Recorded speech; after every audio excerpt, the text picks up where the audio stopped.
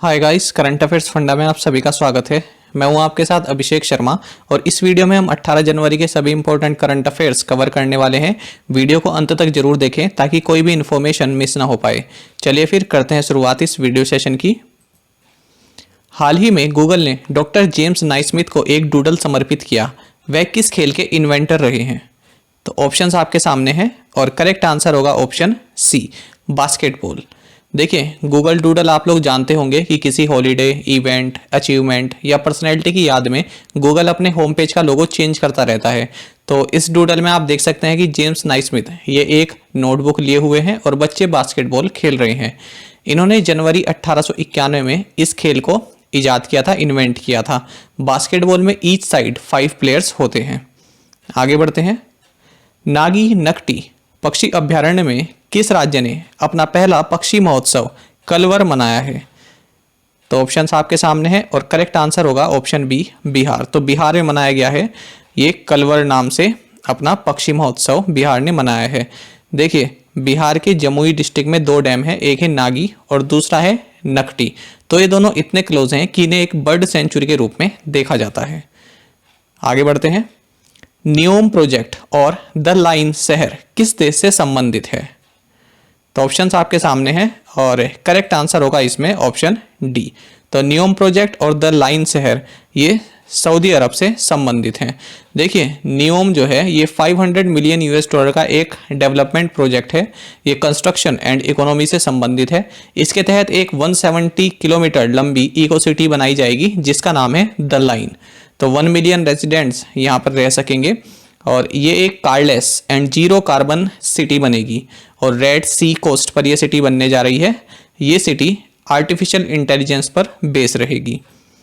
बात करते हैं सऊदी अरब की, तो इसी कैपिटल है रियाद, इसी करेंसी है सऊदी रियाल और यहाँ के क्राउन प्रिंस हैं मोहम्मद बिन सलमान। भारत में पहली बार आइस क्लाइंबिंग उत्सव कहाँ मनाया गया? तो ये मनाया गया है नुब्रा वैली में।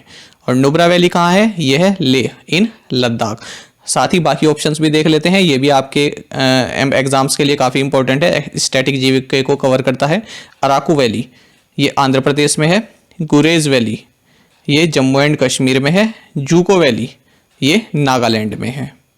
साथ ही अगर हम लद्दाख से जुड़े हाल ही के करंट अफेयर्स की बात करें तो हाल ही में सेंट्रल गवर्नमेंट ने लद्दाख में इंडस रिवर पर 8 हाइड्रो पावर प्रोजेक्ट बनाने की मंजूरी दी है।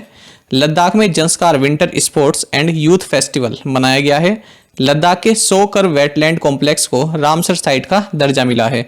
साथ ही फ्रेंड्स, सेंट्रल गवर्नमेंट ने हाल ही में लद्दाख की लैंग्वेज, कल्चर एंड लैंड के संरक्षण के लिए गृह राज्य मंत्री जी किशन रेड्डी के अंडर में एक कमेटी गठित की है। आगे बढ़ते हैं।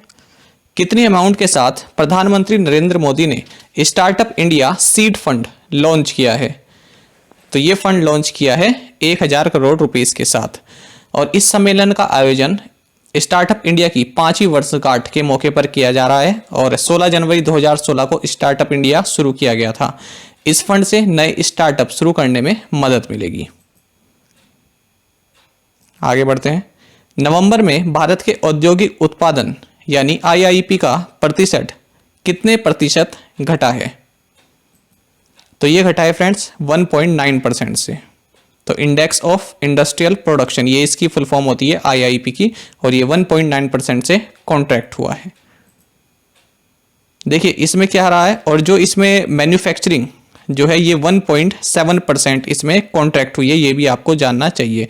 और अगर अप्रैल से नवंबर तक के पीरियड की बात करें तो 15.5% तक इसमें गिरावट आई है। देखिए, इस तरह के जो आंकड़े होते हैं ये आपके एग्जाम के लिए काफ़ी इंपॉर्टेंट है, खास करके तब जब आप बैंक की तैयारी कर रहे हैं। अब जल्दी से आईआईपी के बारे में भी जान लेते हैं। आप इसको सेपरेट एक टॉपिक के रूप में ही पढ़ते हैं बैंकिंग या फिर इकोनॉमी में, तो यहाँ पर हम जल्दी से देख लेते हैं जो भी आपके एग्जाम के लिए इंपॉर्टेंट है, आप इसको नोट जरूर करना। देखिए, जो आईआईपी है ये देश में मैन्युफैक्चरिंग एक्टिविटी को ट्रैक करता है और इसमें 8 कोर इंडस्ट्रीज शामिल की जाती हैं। Electricity, crude oil, coal, cement, steel, refinery products, natural gas and fertilizers. इसमें किसी पर्टिकुलर मंथ की प्रोडक्शन को लास्ट ईयर के सेम मंथ से कंपेयर किया जाता है। इसका बेस ईयर है 2011-12।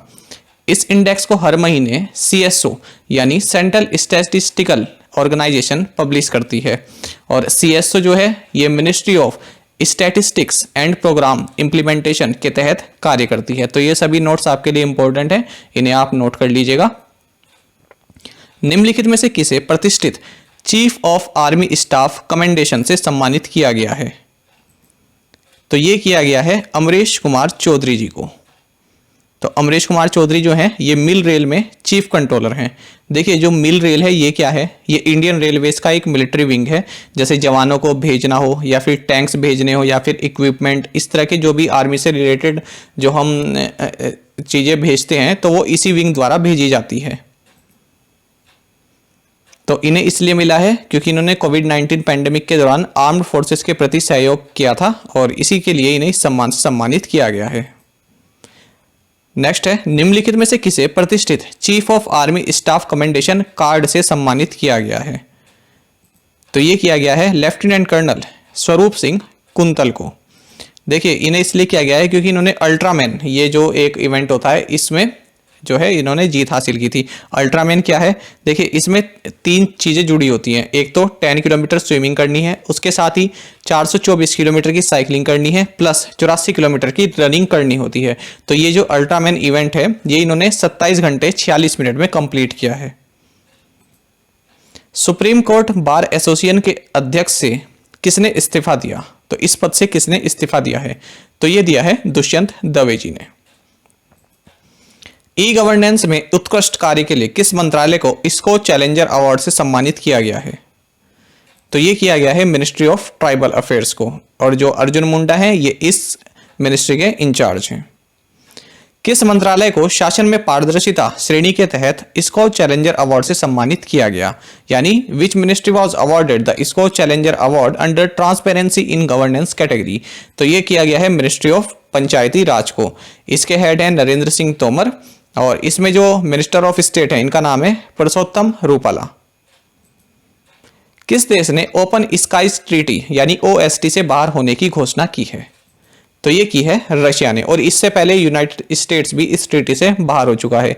ये जो OST है, ये जो ट्रीटी है, ये 24 मार्च 1992 को साइन की गई थी और ये लागू की गई 2002 में। तो इस ट्रीटी के तहत एक कंट्री दूसरी मेंबर कंट्री की हवाई जासूसी कर सकता है अगर वह कंट्री अपनी सहमति दे दे तो। अब ये भी आप याद रखना कि न्यू स्टार्ट, अब यही एक ट्रीटी है जो रशिया और यूनाइटेड स्टेट्स के बीच में है। तो ये एक न्यूक्लियर आर्म्स रिडक्शन ट्रीटी है इन दोनों कंट्रीज के बीच। तो याद रखना न्यू स्टार्ट। NCAVES प्रोजेक्ट कितने देशों में लागू किया जा रहा है? तो ऑप्शंस आपके सामने हैं और करेक्ट आंसर होगा इसमें ऑप्शन सी। तो ये 5 देशों में लागू किया जा रहा है। और NCAVES इसकी फुल फॉर्म होती है natural capital accounting and valuation of ecosystem services. तो ये 5 कंट्रीज कौन सी है? India, Brazil, China, Mexico and South Africa. और ये प्रोजेक्ट किया जा रहा है United Nations Statistics Division, United Nations Environment Programme और secretariat of the Convention of biology diversity के द्वारा। तो हाल ही में NCAVES इंडिया फोरम 2021 आयोजित किया गया है, इसलिए ये चर्चा में रहा है। अब देख लेते हैं आज का अंतिम क्वेश्चन। 2020 होरन ग्लोबल 500 में कितनी भारतीय कंपनी शामिल की गई हैं? तो ये एक रिपोर्ट है या आप इसको एक लिस्ट कह सकते हैं। तो इसमें कितनी भारतीय कंपनियां शामिल की गई हैं? तो इसमें 11 भारतीय कंपनियां शामिल की गई हैं और इसमें सबसे टॉप पर रहा है एप्पल, दूसरे नंबर पर है माइक्रोसॉफ्ट, तीसरे नंबर पर है अमेजॉन। अगर भारत की बात करें तो ओवरऑल भारत जो है, अगर कितनी कंपनीज इस लिस्ट में आई हैं उस पोजीशन पर भारत 10वें नंबर पर है, क्योंकि भारत की 11 कंपनीज टॉप 500 में जगह बना पाई हैं। तो इनमें अगर हम भारत की बात करें, भारत की ओर से सबसे पहले पर कौन रहा? तो रिलायंस रही है, उसके बाद टाटा कंसल्टेंसी सर्विसेज यानी TCS, और तीसरे नंबर पर है HDFC बैंक। इनकी वैल्यूएशन भी आपको दी गई है, ये भी आप नोट कर सकते हैं। अब देखते हैं प्रीवियस असाइनमेंट क्वेश्चंस के आंसर। What is the capital of the Republic of Mali? Bamako. Muscat is the capital of which country? Oman. Kalinga Stadium is situated in which city? Bhubaneswar. CS Sethi and Ashwani Bhatia are the MD of which bank? State Bank of India. Who has been appointed as the brand ambassador of Fit India? Kuldeep Handu. अब देखते हैं आज के assignment questions. इससे पहले friends, अगर आपको हमारे करंट अफेयर्स अच्छे लगते हैं, हमारा कंटेंट अच्छा लगता है, तो वीडियो को आप लाइक जरूर किया कीजिए। Sulawesi Island is governed by which country? Tesla launched its largest supercharger facility in which country? Recently, Typhoon Goni और रोली भी इसको बोलते हैं had hit the shores of which country? Where is the headquarters of India Meteorological Department IMD located?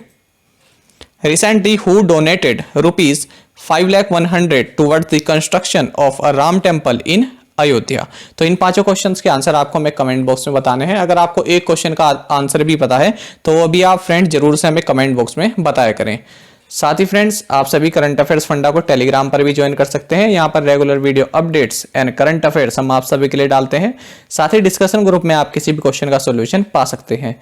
दोस्तों, यहाँ पर current affairs की playlist दी गई है, इसको आप जरूर देखें और अपने दोस्तों के साथ व्हाट्सएप एंड टेलीग्राम पर शेयर करें, लाइक करें और कमेंट करके जरूर बताएं कि ये वीडियो आपको कैसी लगी। Thank you guys.